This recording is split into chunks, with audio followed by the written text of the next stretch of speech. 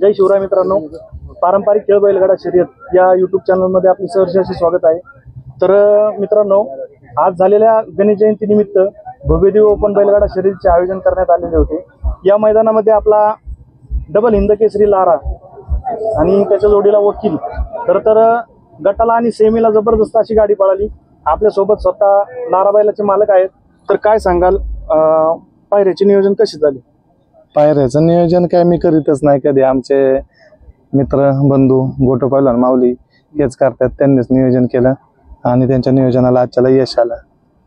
मित्रांनो, आपल्या सोबत स्वतः लारा बैलाचे म्हणजे पायऱ्याचे एकदम अचूक नियोजन करणारे असे गोटे पैलवान माऊलीकर आपल्या सोबत आहेत। तर काय सांगाल, आज गटाला सुद्धा सेमीला सुद्धा गाडी जबरदस्त पळाली, काय सांगताल? काय नाही, काल रात्रीपर्यंत पायरा नव्हता बैलाला।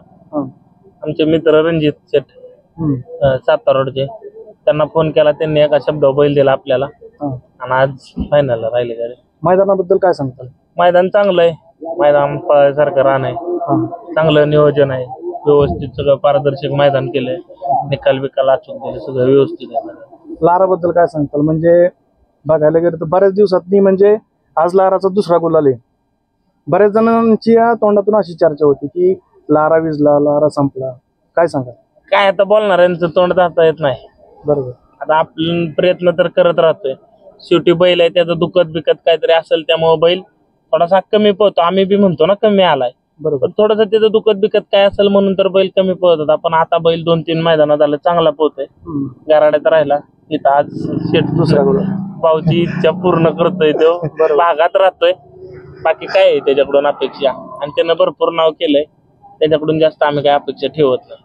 आजच्या पायऱ्याचे म्हणजे नियोजन कसं सांगताल? म्हणजे तुमचा पायरा जुळून कसा आला? परवा दिवशी कोरेगावला ह्या वासरानं 2 नंबर केला, आम्ही 2 नंबर केला तेव्हा मी स्वतः तिथं बघितला आणि बघितला तो बैल, मला बैल चांगला वाटला आणि माग जेव्हा तो खोंडा आदत होता तेव्हा ती आपल्याला बैल मागत होती। पण त्या दिवशी फायनलला राहिला, मला बी बैल नव्हता, मी त्यांना विचारलं, तिने एका शब्दावर हो बोलले आणि आपण बैल घातला। आता पुढे नियोजन कसं असणार आहे? काय आता हाय चाललंय, व्यवस्थित करू आपण, आता बैल लावू नियोजन आपण व्यवस्थित आणि बैल पळवूया। मित्रांनो, नंदूभाऊ आपल्या सोबत आहेत। तर बऱ्याच आता सेम प्रश्न तुम्हाला विचारतो। बऱ्याच लोकांच्यात अशी चर्चा होती की आता लारा समजा 2 मैदानात गुलालात राहिला आपला, बऱ्याच जणांची तोंडातून असं येत होतं की लारा भिजला, लारा बसला, काय सांगाल त्या बाबतीत? काय होतं, कुणी संपला म्हणून कुठला बैल संपत नसतो, बरोबर। त्याची जी दमक आहे ते दमक तो त्याच्या पळातून दाखवतो, आज ना उद्या पण एक ना एक दिवस तरी चांगला येतच असतो। आणि ज्या दिवशी बी आपल्या इज्जतीचा विषय, आपल्या या इज्जतीचा विषय असेल, त्या दिवशी बैल माझा इथं राहतो का तर राहतोच फायनल। बरोबर। मित्रांनो, रमाई केसरी पर्व पहिल्या मैदानामध्ये आपला डबल हिंद केसरी लारा याने रमाई केसरी पर्व पहिल्यामध्ये 1 क्रमांकाचा नंबर केला होता आणि रमाई केसरी पर्व या दुसऱ्या पर्वात सुद्धा लाराने 3रा क्रमांक केला होता। म्हणजे बैलाला सुद्धा इतकं ज्ञान आहे की आपल्या मालकाची इज्जत, म्हणजे गाव असो किंवा त्यांचा पुरंदर पट्टा असो, या पट्ट्यामध्ये लाराने मालकाची इज्जत म्हणजे फार राखलेली आहे। तर त्याबाबत काय सांगताल? नाही, सांगायचं म्हणजे एवढंच की बैलाला ते कळतंय की आपल्याला पळायचंय, आजच्याला आपल्या मालकाच्या नावासाठी पळायचे, त्या हिशोबाने बैल पळतोय आणि बैल कायमच पळत होता। काय होतं, थोडी लागालागी असते, दुखाखुपी असते, त्याच्यामुळे बैल थोडा कमी आला होता, आपण मान्य बी केलं।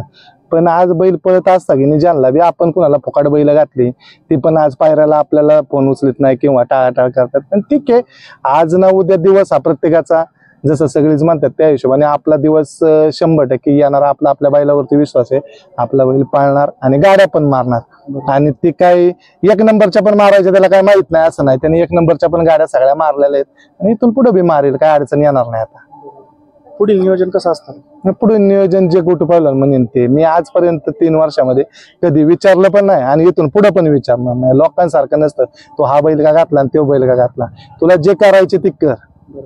ती कोणचा बी समजा तो मालक आहे बैलाचा, तो मालक कधी विचार करेन का की आपल्या बैलाला मार करण्यासाठी कुठला बैल घालन का?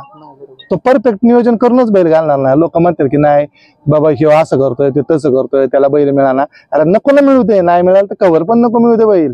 काय जोपर्यंत आमच्यात दम आहे म्हणजे आम्ही बैल पळवीत राहू, ज्या दिवशी आमचा दम संपल त्या दिवशी आम्ही सांगल थांबतो म्हणून।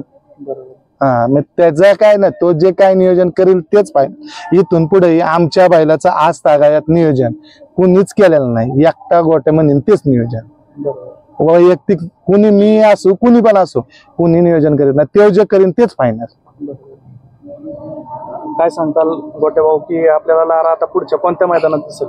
तर आता काय आहे, पुण्यात मैदाना लागले भाऊची इज्जतीसाठी मी काय बी करू शकतो हे आता तुम्ही बघितलंय. बरोबर. मी बस मला काय नाही बाकी एवढं बोललं, आपलं मन भरलंय. त्यांच्यासाठी आयुष्यभर आहे.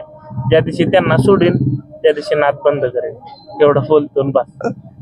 तर मित्रांनो, एका मालकाचं आणि बैल सांभाळणाऱ्याचं बैलावर किती प्रेम असतं हे तुम्ही बघू शकता.